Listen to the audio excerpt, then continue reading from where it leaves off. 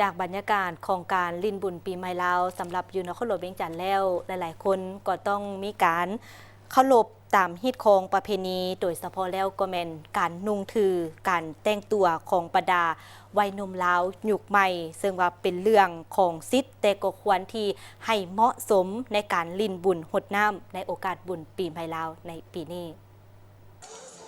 บุญกุศลสงกรานต์ปีใหม่ลาวหรือบุญเดือน5หรือห้องง่ายๆว่าบุญหดน้ำตามฮีตตามโพงที่พวกเขาเคยปฏิบัติสืบทอดกันมาแต่เส้นปู่ย่าตายายเพื่อหดสงสะสางร่างสวยสิ่งหึงหายให้มุดไป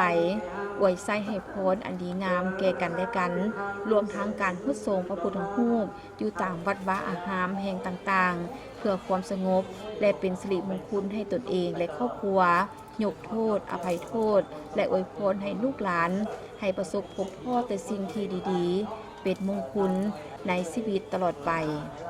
สิ่งหนึ่งที่พวกเขาจะเห็นอยู่เรื่อยๆในข้อห้ามแต่ละปีนั้นแม่นห้ามมีพฤติกรรมโป้เปื่อย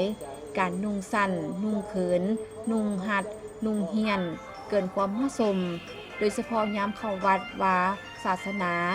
ถึงแม่นว่าบุญหดน้ำหรือบุญกุศลสงกรานต์หรือบุญเดือน5เป็นบุญทางฮิตของประเพณีที่มีเสรีภาพในการนุ่งถือด้วยหลายรูปแบบสีสันแตกต่างกันเพื่อหดส่งน้ำทั้งน้ำอบน้ำหอมและน้ำธรรมดา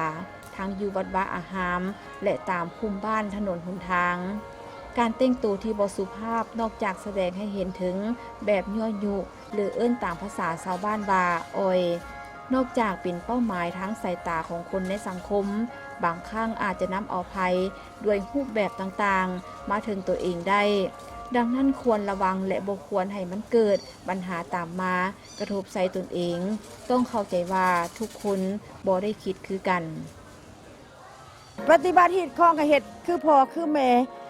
อันพ่อแม่เฮาพาเฮ็ดพาทำมาแต่เก่าแต่มูลเฮ็ดนุ่งเครื่องนุ่งของให้จบให้งามแล้วลูกเต้านุ่งคืออันพ่อแม่เฮาพาเฮ็ดบ่ให้นุ่งกระโปรงเขินอีหยังหั่นมาวัดมาว่าก็เฮ็ดตามฮีตตามคล้องนุ่งส่งขายาวนุ่งศีลเนาะพ่อแม่เฮาพาเฮ็ดหั่นน่ะให้เจริญหุ่งเฮืองนะบ่สุขุทุกคนเด้อปีใหม่บุญปีใหม่นอกจากนั้นแล้วอยู่ตามเฮือนศาลบ้านซองบุคคลใดครอบครัวใดที่มีเงินไขแดก็มีการจัดพาเข้าพาขวัญสู่ขวัญปีใหม่ขอขมาลาโทษเฒ่าแก่อาวุโสพ่อแม่บุพการีผู้รักผู้ใหญ่ไม้สูงเพื่อสมบัติสมมากล่าวคำขอขมาลาโทษนำพวกเพิ่นที่ผ่านมาได้มีการกระทำผิดพลาดและล่วงเกินพวกทานเหล่านั้นจะเป็นการกระทำด้วยกายวาจาใจก็ดีเพื่อให้เพิ่นได้อโหสิกรรมและเพื่อรักษาไว้ฮีตของประเพณีอันดีงามของชาติของเผ่าของแม่หญิงลาวเอาไว้ให้ยาวนานอย่าให้วัฒนธรรมแนวบ่ดีมากินจนหมดสิ้นความเป็นคนลาวเฮา